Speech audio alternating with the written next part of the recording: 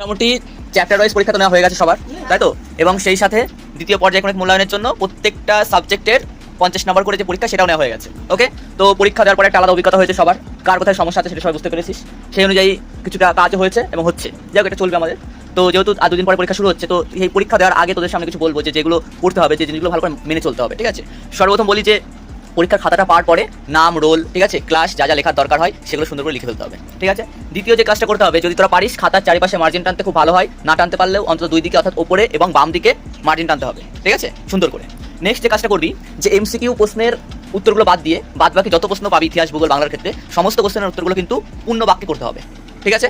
Next যেটা করতে হবে যে ধরো এক দাগের উত্তর লেখা হয়ে গেল, তারপরে অন্তত 4 আঙুল ফাঁকা দিতে হবে, তারপরে 2 দাগের উত্তর শুরু করতে হবে। কেন? কারণ ওখানে স্যাররা নাম্বার বসাতে পারে এবং খাতাটা যাতে সুন্দর লাগে। ওকে, নেক্সট যে কাজটা করতে হবে যে বড় বড় কোশ্চেনের যে উত্তরগুলো আছে সেগুলো কিন্তু যথাযথভাবে লিখতে হবে, খুব বেশি বড় যাতে না হয়, আবার খুব বেশি ছোট যাতে না হয় সেদিকে লক্ষ্য রাখতে হবে, এবং যেটা চাইবে যেরকম উত্তর চাইবে সেই অনুযায়ী উত্তর লিখতে হবে।